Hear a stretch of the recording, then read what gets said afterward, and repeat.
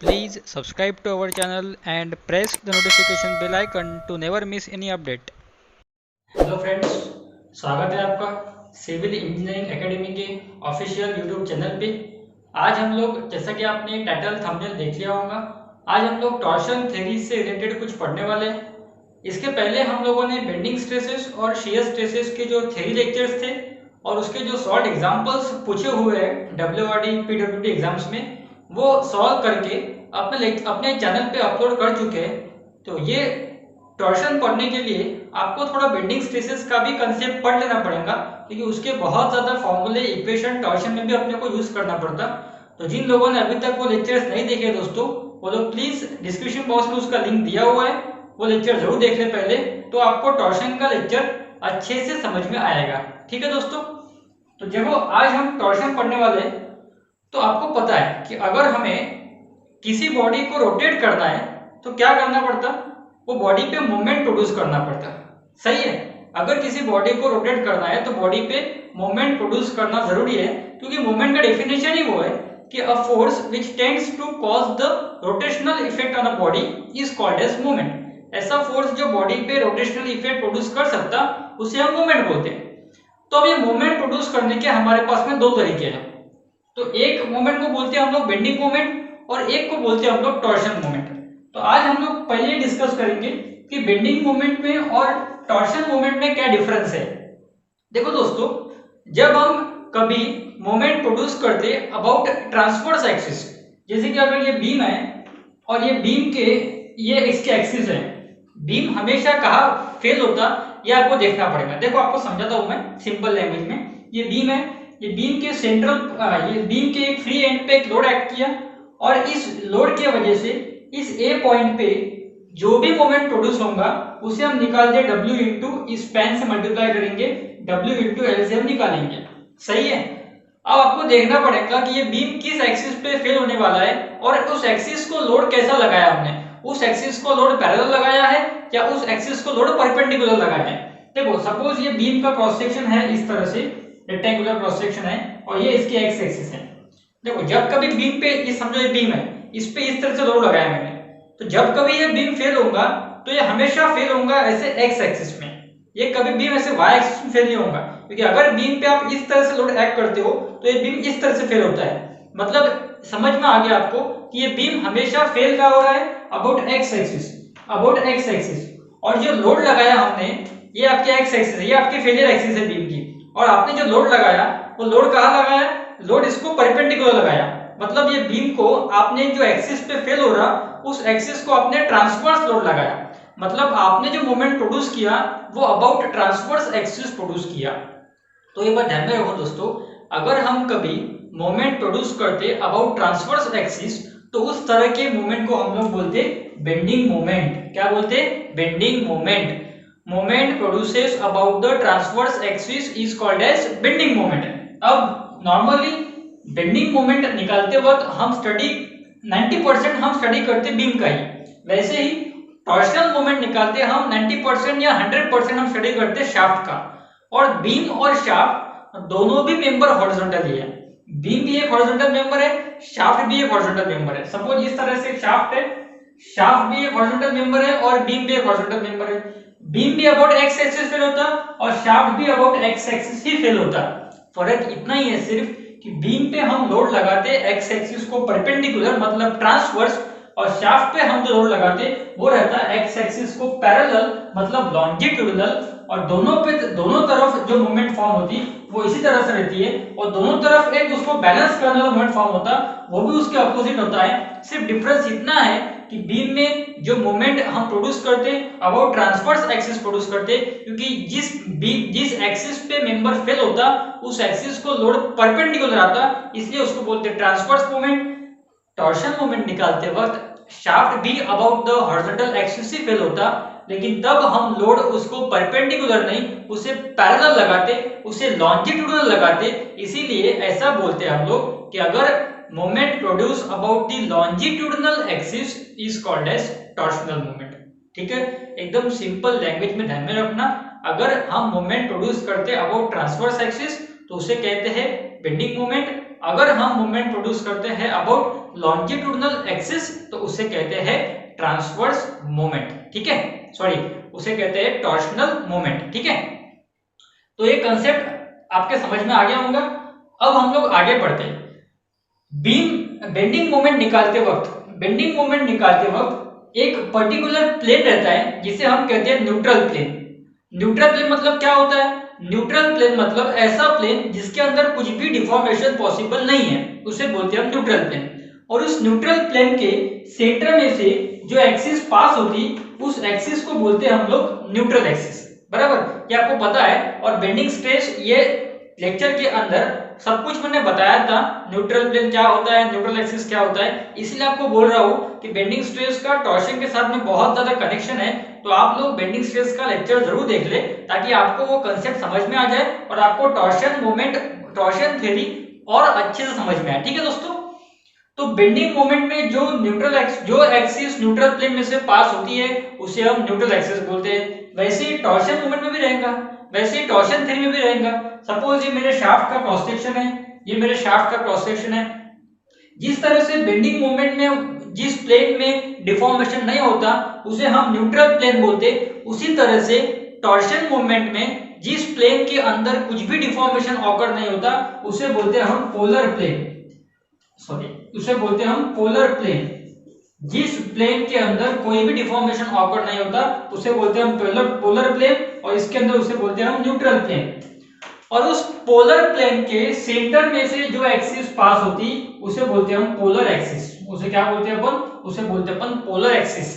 तो ये बात और ध्यान में रखो कि बेंडिंग मोमेंट के अंदर न्यूट्रल प्लेन में से पास होने वाले एक्सिस को बोलते हैं हम लोग न्यूट्रल एक्सिस, और टॉर्शन मोमेंट के अंदर पोलर प्लेन के सेंटर में से पास होने वाले एक्सिस को हम लोग बोलते हैं पोलर एक्सिस। क्या बोलते हैं? Polar axis. तो ये छोटे छोटे वन लाइनर्स बहुत ज्यादा काम आते मल्टीपल चॉइस क्वेश्चन सॉल्व करते वक्त, ठीक है। देखो ये दो बातें हमारे ध्यान में आ गई कि बेंडिंग मोमेंट में और टॉर्शन मोमेंट में क्या फर्क है। अब तीसरा डिफरेंस देखेंगे आप कि बेंडिंग मोमेंट में हम क्या निकालते हैं और टॉर्शन मोमेंट में हम क्या फाइंड करते हैं। तो आपको ऑब्वियस ये है कि बेंडिंग मोमेंट में आप कौन सा स्ट्रेस निकालोगे? बेंडिंग मोमेंट में हम जो स्ट्रेस निकालते हैं वो निकालते हैं हम बेंडिंग स्ट्रेस। बेंडिंग मोमेंट में हम निकालते रहते हैं बेंडिंग स्ट्रेस, और टॉर्शन मोमेंट में हम निकालते हैं शियर स्ट्रेस। टॉर्शन मोमेंट में हम क्या निकालते हैं? शियर स्ट्रेस निकालते हैं। अगर आप दोनों के बेंडिंग का इक्वेशन और टॉर्शन का इक्वेशन भी देखोगे तो वहां से भी आपको समझ में आ जाएगा कि इसके अंदर बेंडिंग स्ट्रेस ही क्यों निकालना पॉसिबल है और उसके अंदर शियर स्ट्रेस ही क्यों निकालना पॉसिबल है। देखो बेंडिंग मोमेंट का इक्वेशन क्या होता है, ये इक्वेशन हमने पढ़ा है प्रीवियस लेक्चर में, m/i = σ/y = E/r। अब ये सिग्मा मतलब कौन सा? Sigma b, bending stress. तो यहाँ से सिर्फ बेंडिंग स्ट्रेस ही निकालना पॉसिबल है, यहाँ से आप बेंडिंग स्ट्रेस निकाल सकते हैं, और इसमें जो m है उसको बोलते हैं अपन मैक्सिमम बेंडिंग मोमेंट। वैसे ही जो टॉर्शन का इक्वेशन रहता है, टॉर्शन का इक्वेशन इस तरह से रहता है, T/IP = gθ/L = Fs/r। अब उसमें देखो Fs का मीनिंग क्या है? Fs ये को आप Fs बोल सकते हैं या फिर इसको आप टाउ बोल सकते हैं। मतलब ये क्या है? शियर स्ट्रेस है। तो टॉर्शन मोमेंट के इक्वेशन से आपको शियर स्ट्रेस मिल सकता और बेंडिंग मोमेंट के इक्वेशन से आपको बेंडिंग स्ट्रेस मिल सकता। और एक बात ध्यान में रखना, जो पॉइंट मैंने बेंडिंग स्ट्रेस के लेक्चर में बताया था कि जैसा जैसा आपका फ्लेक्सुरल रिजिडिटी बढ़ता है, EI का मीनिंग क्या होता है? EI का मीनिंग होता है फ्लेक्सुरल रिजिडिटी। जैसा जैसा आपका फ्लेक्सुरल रिजिडिटी बढ़ता है वैसे वैसे आपकी बीम की क्या होती है? स्ट्रेंथ भी बढ़ती है।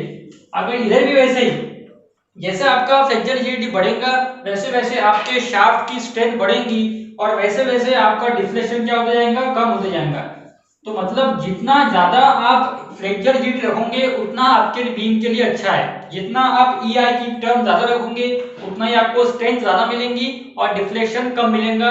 तो ये भी एक पॉइंट ध्यान में रखो, flexural rigidity increases as strength increases and deflection decreases. ठीक है, ये पॉइंट दोनों भी तरफ लागू होता है दोस्तों। ये पॉइंट बेंडिंग स्ट्रेस में लागू होता है और ये पॉइंट शियर स्ट्रेस में भी लागू होता है। ठीक है, तो ये एक और पॉइंट इंपॉर्टेंट है, इसे ध्यान में रखना।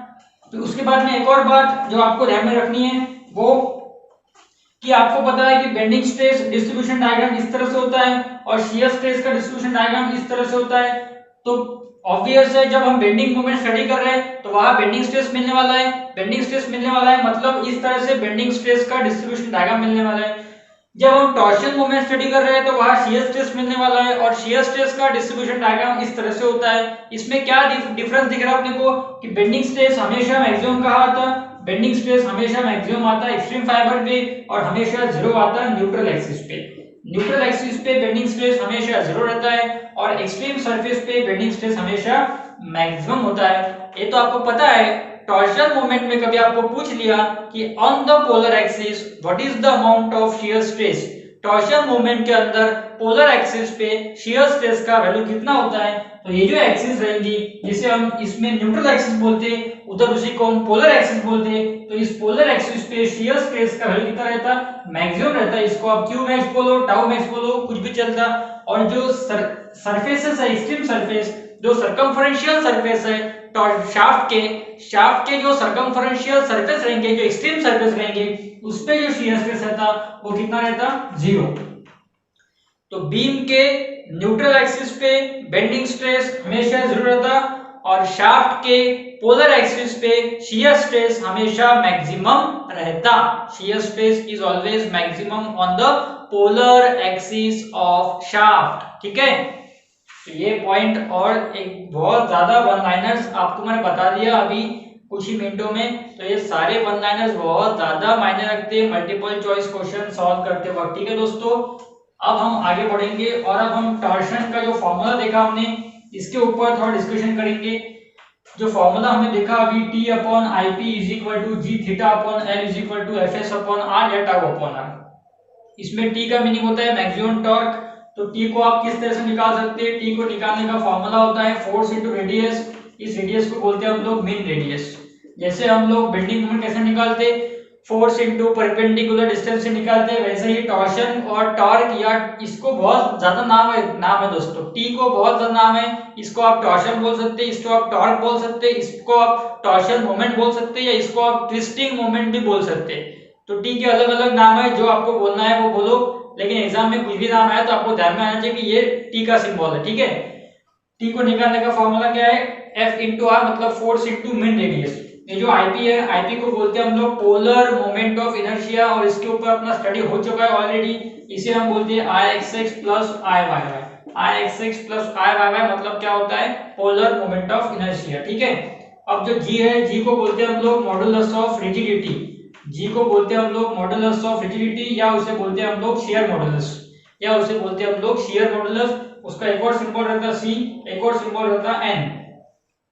तो जी को आप तीन सिंबल दे सकते हैं, मतलब शियर मॉडुलस या मॉडुलस ऑफ रिजिडिटी के तीन सिंबल रह सकते हैं, C, G या फिर N। ठीक है, अब जो थीटा है, थीटा को बोलते हैं अपन एंगल ऑफ शाफ्ट, जो एंगल ऑफ ट्विस्ट है बोलते हैं उसको, मतलब शाफ्ट कितने डिग्री से ट्विस्ट होता, मोमेंट प्रोड्यूस करने के बाद में शाफ्ट कितने डिग्री से ट्विस्ट होता, उसको बोलते हैं हम लोग थीटा।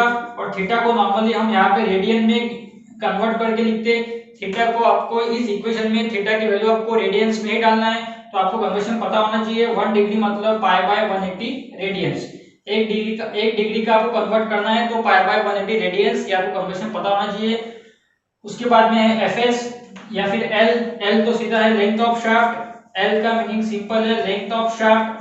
उसके बाद में है इसमें Fs का मीनिंग है शियर स्ट्रेस, और R का मीनिंग है रेडियस ऑफ शाफ्ट। ठीक है, Fs या टाउ का मीनिंग है शियर स्ट्रेस, जो अपने को निकाल सकते हैं अपन इस इक्वेशन के ऊपर से, और R का मीनिंग है शियर स्ट्रेस। ठीक है, सॉरी, R का मीनिंग है रेडियस ऑफ शाफ्ट। ठीक है, अब ये हो गया टॉर्शनल का फॉर्मूला। अब इस टॉर्शन फॉर्मूले के अंदर से अपने को और भी एक दो टर्म निकालनी है, जो टर्म प्रॉब्लम सॉल्व करते वक्त आप लोगों को बहुत यूजफुल होती है। जैसा बेंडिंग स्ट्रेस निकालते वक्त हम लोगों को सेक्शन मॉडुलस का बहुत ज्यादा काम पड़ता है, जिसे हम Z सिंबल देते हैं, वैसे ही टॉर्शन मोमेंट निकालते वक्त या शियर टॉर्शन इक्वेशन के द्वारा शियर स्ट्रेस निकालते वक्त अपने को पोलर मॉडुलस का बहुत ज्यादा काम पड़ता है। तो पोलर मॉडुलस को बोलते हैं हम लोग ZP। जैसा सेक्शन मॉडुलस को अपन Z बोलते हैं, वैसे ही पोलर मॉडुलस को बोलते हैं हम लोग ZP। और पोलर मॉडुलस निकालने का फॉर्मूला रहता है IP अपॉन R, मतलब polar moment of inertia upon radius of shaft. Suppose for example एक सॉलिड सर्कुलर शाफ्ट है, एक सॉलिड सर्कुलर शाफ्ट है। सॉलिड सर्कुलर शाफ्ट का अगर मेरे को ZP निकालना है तो कैसे निकालेंगे अपन, एग्जांपल दे रहा आपको एक, सपोज इसका डायमीटर है। ठीक है, अब इसका ZP निकालना है तो पहले अपन IP निकालेंगे। आईपी मतलब क्या होता है दोस्तों, आई एक्स प्लस आई वाई वाई होता है। सर्कल का आई एक्सिस का फॉर्मूला पता है आपको, सर्कुलर शाफ्ट रहता है और शाफ्ट सिर्फ सर्कुलर ही रहता है, ठीक है। मतलब टॉर्शन के अंदर आपको रेक्टेंगल, ट्रायंगल, स्क्वायर ऐसे एग्जांपल्स, ऐसे सेक्शंस के क्वेश्चन एग्जाम में नहीं पूछ सकते, क्योंकि टॉर्शन ये जो स्टडी है सिर्फ शाफ्ट का है और शाफ्ट सिर्फ सर्कुलर ही रहता है, ठीक है। Pi by 64 D to the power 4 plus pi by 64 D to the power 4, तो ये हो गया pi by 64 plus pi by 64 pi by 32 into D to the power 4। तो ये अपन ने आईपी निकाल लिया। अब इस आईपी के माध्यम से अपन जेडपी निकाल सकते, तो क्या रहेगा ZP, ZP is equal to IP upon R. IP आ गया pi by 32 into D to the power 4 upon R क्या रहेगा, आर मतलब डायमीटर का हाफ रहता है, तो ये 2 1 जा 2 16 जा, एक डी कैंसिल हो गया, यहाँ से जेडपी का वैल्यू आया अपने पास में पाई by 16 into D Q, pi by 16 into D Q. इसी तरह से आप हॉलो सर्कुलर शाफ्ट का भी जेडपी निकाल सकते हैं। हॉलो सर्कुलर शाफ्ट का फार्मूला क्या रहेगा, आएगा pi by 64 into capital D to the power 4 minus small d to the power 4। तो यहाँ पे सिर्फ आपको D to the power 4 minus small d to the power 4 लगाना पड़ेगा और यहाँ पे रहेगा पाई बाय 32, ठीक है। तो ये एक और बात ध्यान में रखो, ये बेंडिंग स्ट्रेस में मैंने बताया था कि जितना अपन सेक्शन मॉडुलस बढ़ाते उतना ही अपने बीम की स्ट्रेंथ ज्यादा आती। सेक्शन मॉडुलस जितना ज्यादा रहेगा उतना चांस है कि आपका बीम का स्ट्रेंथ ज्यादा रहेगा। तो अगर आपको बीम का स्ट्रेंथ ज्यादा रखने का है तो आपको क्या करना है, जेडपी को बड़ा रखना का है। तो जेडपी बढ़ाओगे तो क्या होगा, आपके स्ट्रेंथ ऑफ शाफ्ट भी क्या होंगी, बढ़ेंगी, मतलब आपका टॉर्क बढ़ेगा, मतलब आपका टॉर्क बढ़ेगा। तो Zp will, if Zp is more then strength of shaft will be more, मतलब as Zp increases strength of shaft will be increases। तो ऐसा माना जा सकता है कि हॉलो सर्कुलर शाफ्ट का Zp ज्यादा आएगा, क्योंकि अगर अपन सॉलिड सर्कुलर शाफ्ट यूज करते तो उसका Zp कम निकलता है एज कम्पेयर टू फॉर्मूला, और वही आप सेम डायमेंशन के लिए आप हॉलो सर्कुलर शाफ्ट यूज करते और उसका पोलर मॉडुलस निकालते तो उसका वैल्यू ज्यादा आता है। तो कभी आपको पूछ लिया ऐसा कि सॉलिड सर्कुलर और हॉलो सर्कुलर इन दोनों में से किसका स्ट्रेंथ ऑफ शाफ्ट ज्यादा रहेगा, तो आपको उसमें बताना है कि हॉलो सर्कुलर शाफ्ट का स्ट्रेंथ ज्यादा रहेगा क्योंकि इसका पोलर मॉडुलस ज्यादा आता है। मतलब strength of hollow circular shaft is more as compare to strength of solid circular shaft, ठीक है दोस्तों। तो ये पॉइंट एक और ध्यान में रखो ताकि आप लोगों को इसके ऊपर से भी कोई एमसीक्यू बना तो आप लोग सॉल्व कर सकते हैं, ठीक है दोस्तों। अगर आप हमारे चैनल से आज फर्स्ट टाइम जुड़ रहे हो तो हमारे चैनल को प्लीज सब्सक्राइब कर दो और नोटिफिकेशन बेल आइकन को भी ऑन कर दो ताकि आपको हमारे सारे टेक्निकल लेक्चर्स की अपडेट्स तुरंत सबसे पहले आपके मोबाइल पे मिल सके, ठीक है। देखो ये हो गया अपना सेक्शन मॉडुलस हो गया। सेक्शन मॉडुलस किसको निकालते, सेक्शन मॉडुलस के ऊपर से मैं आपको एक टॉर्क का एक सिंपल एक फॉर्मूला निकाल देता हूँ सॉलिड सर्कल के लिए। हॉलो सर्कल के लिए आप लोग ट्राई करना निकालने का। अगर आपको ये लेक्चर में कुछ भी डिफिकल्टी आती है या जो आपको मैं टास्क दे रहा हूँ उससे रिलेटेड सॉल्व करने में आपको डिफिकल्टी आती है तो आप मुझे कमेंट करो या व्हाट्सएप नंबर दिया है डिस्क्रिप्शन बॉक्स में, व्हाट्सएप करो, ठीक है। देखो सपोज एक सॉलिड सर्कुलर शाफ्ट है और इसका अगर स्ट्रेंथ निकालना है आपको तो आपको ये जो सिंपल फॉर्मूला अभी निकाल के दे रहा हूँ इस फॉर्मूले के ऊपर से बहुत ज्यादा बार एग्जाम में क्वेश्चन पूछे हुए, ठीक है। तो अगर मेरे पास में ये इक्वेशन है T upon IP is equal to Fs upon R, मतलब अगर अपने को प्रॉब्लम में सिर्फ शाफ्ट का डायमीटर दिया है और शियर स्ट्रेस दिया है, बाकी G थीटा या L इसमें से कुछ भी टर्म दी भी नहीं है क्योंकि आपके पास में 3 टर्म है इक्वेशन के अंदर, तो तीनों भी टर्म तो आप एक साथ यूज नहीं करने वाले हो, आपको कोई भी दो टर्म यूज करनी पड़ेगी। तो वो किसके ऊपर से चूज करेंगे आप कौन सी टर्म यूज करना है वो डिपेंड करता है अपने डाटा गिवन पे। तो सपोज डाटा गिवन इस तरह का है कि अपने पास में रेडियस है और शियर स्ट्रेस है और डायमीटर है तो मतलब आईपी निकाल के आता है, ठीक है। तो अपने को टी निकालना है, टी कैसे निकालेंगे अपन फिर IP into F S upon R, IP into F S upon R, और आईपी अपॉन आर को हम लोग क्या बोलते हैं, आईपी अपॉन आर को हम लोग बोलते हैं जेडपी, और जेडपी का फॉर्मूला अभी अपन ने क्या निकाला सॉलिड सर्कल के लिए pi by 16 into D cube into F S. तो एक सिंपल फॉर्मूला बन गया दोस्तों, T is equal to pi by 16 into D cube into F S. तो ये फॉर्मूले के ऊपर से आप टॉर्क का आंसर आसानी से निकाल सकते हैं अगर वो सॉलिड सर्कुलर शाफ्ट है तो। और इसमें इस तरह के क्वेश्चंस एग्जाम में पूछते हैं जिसमें इस तरह से वैल्यूज दिए जाते हैं जिसे आप बगैर कैलसी के सॉल्व कर पाए, ठीक है।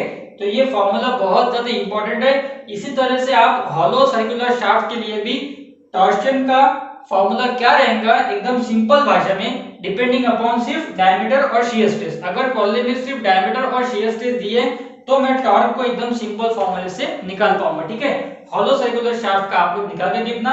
अगर आपको कुछ डिफिकल्टी आती है तो प्लीज कमेंट कीजिए या व्हाट्सएप पे पूछिए। ठीक है, तो आज हम लोगों ने टॉर्शन से रिलेटेड जो बेसिक टर्म्स थी वो सारी कवर कर ली है। अब इससे आगे और टॉर्शनल स्टिफनेस क्या होता है, टॉर्शनल रिजिडिटी क्या होती है, टॉर्शनल फ्लेक्सिबिलिटी क्या होती है, और टॉर्शन में बेंडिंग मोमेंट और टॉर्शन मोमेंट का अगर हम साथ में इफेक्ट कंसीडर करते तो हम टॉर्क किस तरह से निकाल पाएंगे। ये तो हमने देखा सिर्फ बेंडिंग मोमेंट और टॉर्शन मोमेंट को हमने अलग अलग कंपेयर किया। अगर हम दोनों मोमेंट को एक साथ में इफेक्ट डाल देंगे, दोनों मोमेंट का शाफ्ट के अंदर एक साथ में इफेक्ट डाल देंगे तो टॉर्शन को हम किस तरह से फाइंड कर पाएंगे। वो फॉर्मूले भी बहुत ज्यादा इंपॉर्टेंट है क्योंकि वो फॉर्मूले एग्जाम में पूछते हैं। What is the effect of torque after pure bending, only pure torsion और combination of pure bending and pure torsion.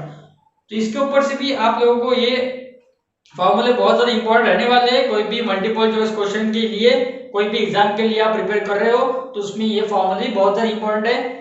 तो ये सारी जो टर्म्स है ये अपन टॉर्शनल थ्योरी के पार्ट 2 में देखेंगे और अपन इसके बाद में उसके ऊपर अपन जो एग्जाम में न्यूमेरिकल्स पूछे हैं वो भी अपन सॉल्व करेंगे। ठीक है, तो आज के लेक्चर में हम लोग यहाँ पर रुक रहे हैं। आपको लेक्चर पसंद आया होगा तो प्लीज इस वीडियो को लाइक कर दो, कमेंट करो और इस वीडियो को अपने दोस्तों में शेयर कर दो और हमारे चैनल को प्लीज सब्सक्राइब कर दो और बाजू में नोटिफिकेशन बेल है उसे भी ऑन कर दो ताकि आपको हमारे सारे टेक्निकल लेक्चर्स की अपडेट अपने मोबाइल पे सबसे पहले मिल सके। थैंक यू वेरी मच दोस्तों।